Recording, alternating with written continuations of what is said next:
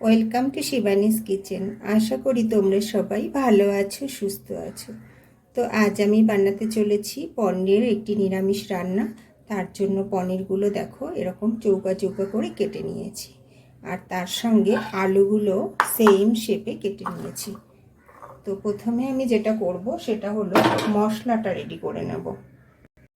এখানে একটা grinder jar নিয়ে নিয়েছি, এর মধ্যে দিয়ে দিচ্ছি দুটো পাকা টমেটো, 4-5টার মতো কাঁচা লঙ্কা আর আদা। এরই মধ্যে একই সঙ্গে কিছু গুঁড়ো মশলা অ্যাড করে দিচ্ছি। 1 চামচের মতো জিরের গুঁড়ো, চামচের মতো ধনের গুঁড়ো আর 1 চামচ কাশ্মীরি লঙ্কার গুঁড়ো, আর সামান্য একটু গোলমরিচের গুঁড়ো দিয়ে দিলাম। এটা আমার বেশিরভাগ রান্নাতেই দিয়ে থাকি, কেননা গোলমরিচ হজমের পক্ষে ভীষণই ভালো।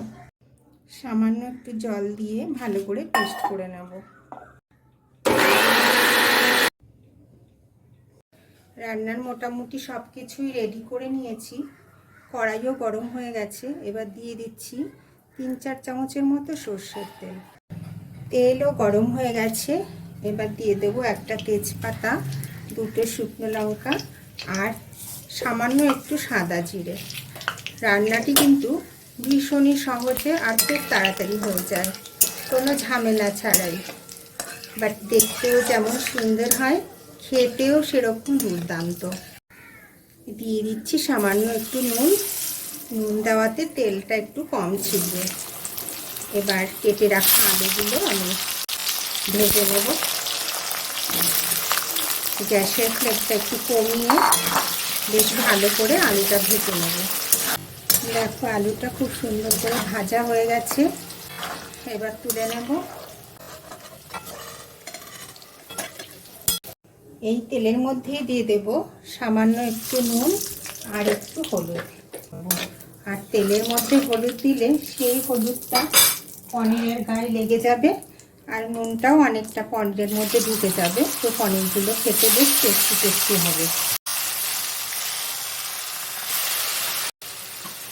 খুব বেশি ভাজা করব না, হালকা একটু ফ্রাই করে নেব। তো হালকা করে ভাজা হয়ে গেছে, এবার তুলে নেব।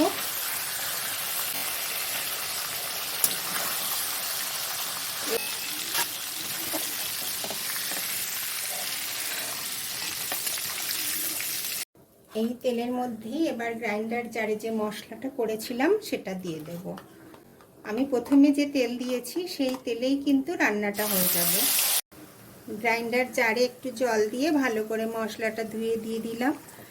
মশলা একটু জল দিয়ে কষালে না মশলাটা যেমন পুড়ে যায় না, তেমন মশলার কালারটাও খুব ভালো থাকে। সমস্ত গুঁড়ো মশলা তো আমি একবারে গ্রাইন্ডার জারে দিয়েই দিয়েছি, শুধু হলুদটাই দিতে বাকি ছিল।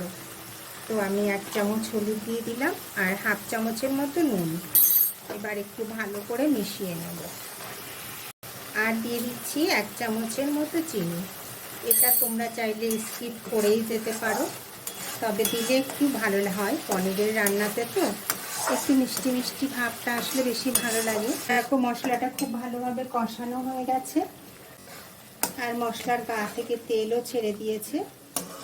এবার ভেজে রাখা আলুগুলো দিয়ে দেব। আলুগুলো দিয়ে মশলার সঙ্গে একটু ভালো করে মিশিয়ে কষিয়ে নেব। মশলাটা আলুর সঙ্গে মিশিয়ে ভালো করে কষিয়ে নিয়েছি। 3-4 মিনিট ধরে আমি কষিয়েছি। আর আলুটা যখন ফ্রাই করেছি তখনই প্রায় সিদ্ধ হয়ে গিয়েছিল, তো আর বেশি কষানোর দরকার নেই। এবার ভেজে রাখা পনিরগুলো দিয়ে দেব। পনিরগুলো এবার মশলার সঙ্গে আবার একটু ভালো করে মিশিয়ে নেব। হালকা হাতে মেশাতে হবে যাতে পনিরগুলো ভেঙে না যায়। তো বন্ধুরা, আমার এই রান্নাটি যদি তোমাদের ভালো লেগে থাকে, লাইক, শেয়ার, কমেন্টস করে জানাতে ভুলো না কিন্তু। আর চ্যানেলের নতুন বন্ধুদের কাছে আমার চ্যানেলটি সাবস্ক্রাইব করে পাশে থাকা বেল আইকনটি প্রেস করে আমার সঙ্গে থাকার জন্য অনুরোধ রইল। তো গ্যাসের ফ্লেমটা আমি এবার একটু বাড়িয়ে দিলাম। পনিরটাও দেখো সুন্দর করে মিশিয়ে নিয়েছি। এবার কিছুটা জল দিয়ে দেব। গ্যাসের ফ্লেমটা বাড়ানোই থাকবে। ঢাকনা বন্ধ করে 4-5 মিনিটের মতো একটু ফুটিয়ে নেব।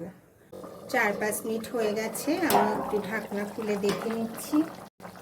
তো গ্যাসের ফ্লেমটা একটু কমিয়ে দিচ্ছি। আমি একটু ঝোলটা বেশি রাখবো, কেননা এটা ভাত দিয়ে খাবো কি না তাই।